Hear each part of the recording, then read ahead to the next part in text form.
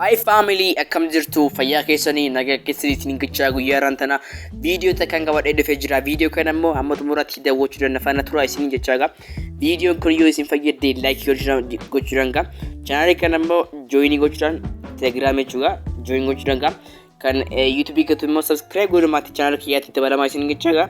Amma utuu yeroo gomiritti gara viidiyoo taa'eeru jalqaba irratti channel kana ga search barree dhufuudhaan ga karaa Telegram keessaniin search barree dhufuudhaan farreeta keessatti search yommuu gootanti channel kana dhufa. Channel kana join gootu samtii guyyaa irraa barnoota kanarratti wayita muu dabarutti ga isa find message kanarratti ga post waan post godhetu jira. Asirratti yommuu find message tuqaasan gama kanatti si fida. Asirratti ga photo kanan isiniif irra kaa'ee jira. Wanta application kana keessatti barruuga akkaataa karaa kamiin akka hojjetu goonu kun akkuma agartan photo kanarratti irra baruu dandeessu. Asirratti ga mantara linkii kana irratti tokkoof kilik goone wantoota hundasaa isinitti agarsiisa. Asirratti linkii kana tokkoof irratti kilik ni goona.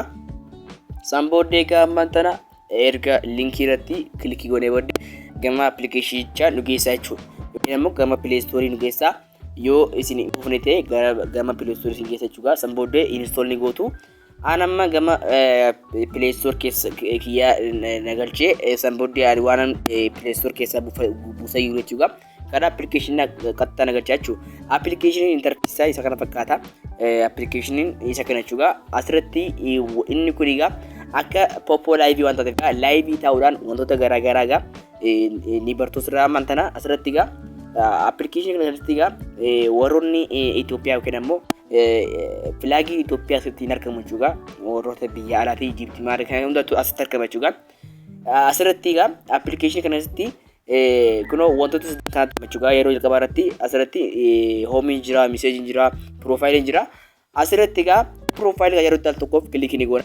Sanduratti egaa wanta akkaataa galma itti egaa isin erga email itti galchitan booddee egaa gama keessatti wayittan booddee egaa wanta isin fida akka keessatti guutuu avaatarii yookiin immoo footootti guutuu baratti guutuu fi wantoota garaagaraatti guutuu jechuudha. Erga immoo asentanii booddee profile keessan erga cuqaasanii booddee isa daayilii taaskii kan jedhu irratti tokkoof kilik ni goona. San booddee egaa daayilii taaskii kanatti egaa wantoota garaagaraa hojjettanii asirratti poointii yookiin immoo keer staayilii jedhama. Keer staayilii asirratti ni walitti qabatu jecha.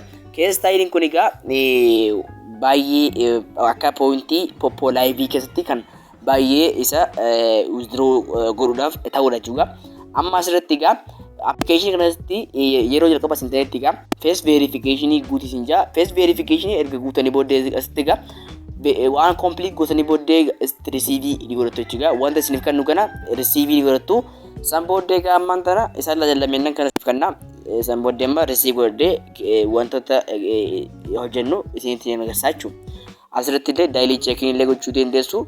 Daayilii guyyaa guyyaan dhuftetti illee furuutii dandeessu jechuudha. Asirratti egaa amma erga asirratti egaa yeroo jalqabaatiif first withdraw yommuu goote egaa yeroo jalqabaatiif wiitii yoo keessa baafte wanta isiniif kennutu jira jechuudha. Amma ani complete verification waan guutuuf egaa receive yeroo tal tokkoof kilik godhee wanta kana nama fudhadha jechuudha. Wanta inni naaf kennu kana okay godhee nama fudhadha. Claim ni godha jechuudha. Sanbooddee asirra cuqaasee receiving godha. Asii gaditti illee taaskoota garaagaraa baay'eetu jira wanta ta'eef egaa hojjechuu dandeessu. Kanallee okay godhee nama fudhadha. Amma asirratti daayilii fudhachuu dandeessu. Akkasuma wantoota garaagaraatti illee asirratti hojjechuu dandeessu jechuudha. Taaskii kana jechuudha.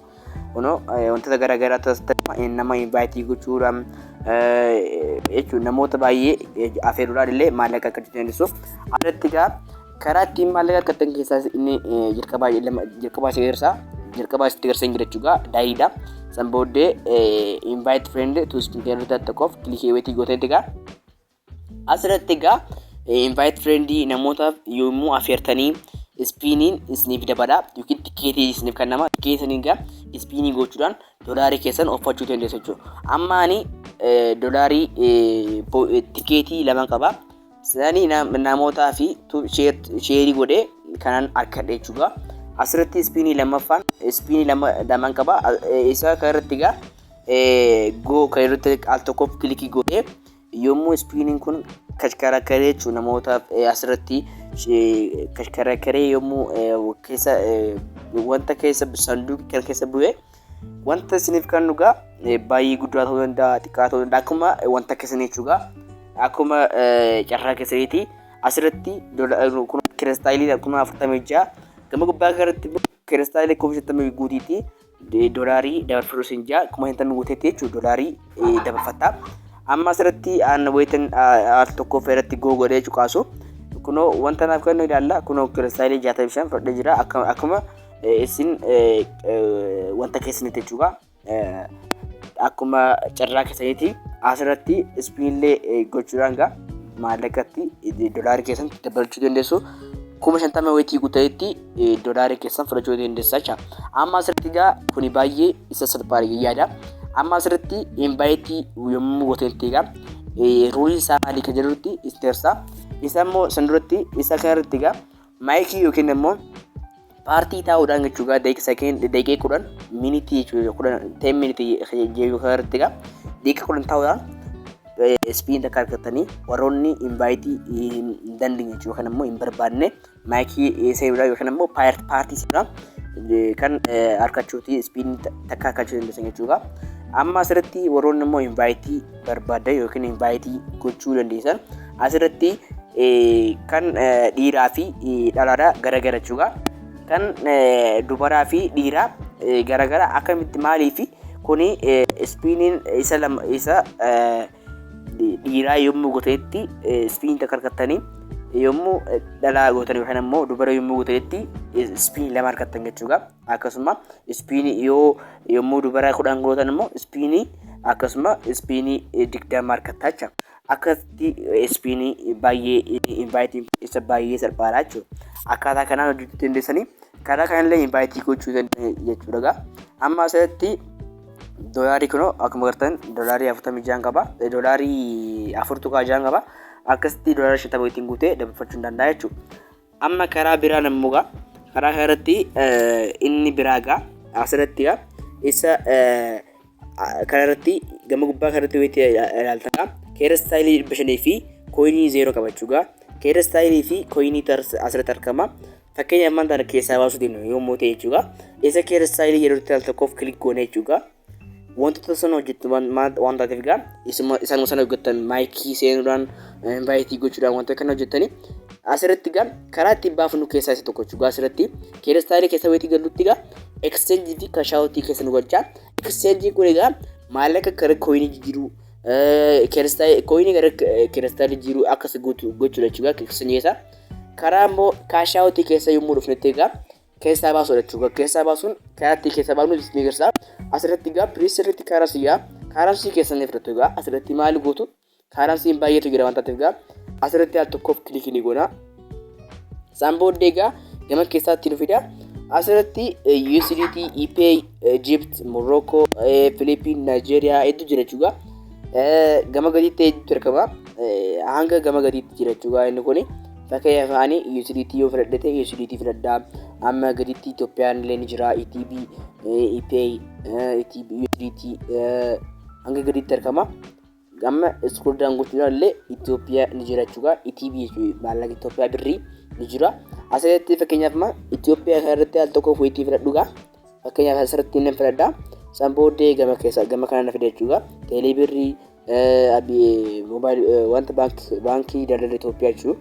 Isa Awaash Bank fi Bank of Abyssinia jechuudha. Isaan kana nu fida. Isaan kanatti dabarfachuu dandeessu jechuudha. Maallaqa kiristaayilii keessan yommuu 46 irraa karaa 50 guutan dabarfachuuti qaxitaa isin geessa jechuudha. Qaxitaa keessaa dabarfachuu dandeessu jechuudha. Manta asirratti fakkeenyaaf teelee birratti fi hanga inni sirraa muratu beekuutti qabdu. Fi kana egaa teelee birratti isin irraa murata. Asirratti egaa doolaarii tokko akka 155tti kan hisaabamu jechuudha. Doolaarii tokko 150 ETB'tti hisaabama. Asirratti doolaarii 5 yommuu qabaatanitti 155 baay'isuu 5 akkas guutanii ilaallattu jechuudha. Amma kun egaa poointii kiristaayilii asirratti argamu irratti guutuudhaan kun amma lakkoofsa keessan asirratti please enter account account keessa yookaan immoo account telebirii keessa asirratti guutuu adresa kun immoo wanta lakkoofsa keessan asirratti guutuu asirratti immoo screenshot yookiin immoo fuula screen khasla teleebirrii jechuudha. Application teleebirriidha. Asirratti screenshot godhuudhaan asirratti itti galchitu jechuudha. San booddee immoo WhatsAppiin kun immoo optionally waan ta'eef gaa optionally yoo fetan itti guutuu dandeessu. Amma kuni optionally waan ta'eef gaa bira taruu dandeessu. San booddee isa withdraw kaasuudhaan gara wallet keessatti dabarfachuu dandeessu jechuudha. Guyyaa lama ture kan isiniif seenu ta'a. Kuni isa salphaadha. Isaan biraa immoo gaa karaa biraatiin illee dabarfachuu dandeessu waan ta'eef gaa YouTube kana subscribe godhaadha. Maatii Jala kiyya dabalamaa. Bye bye.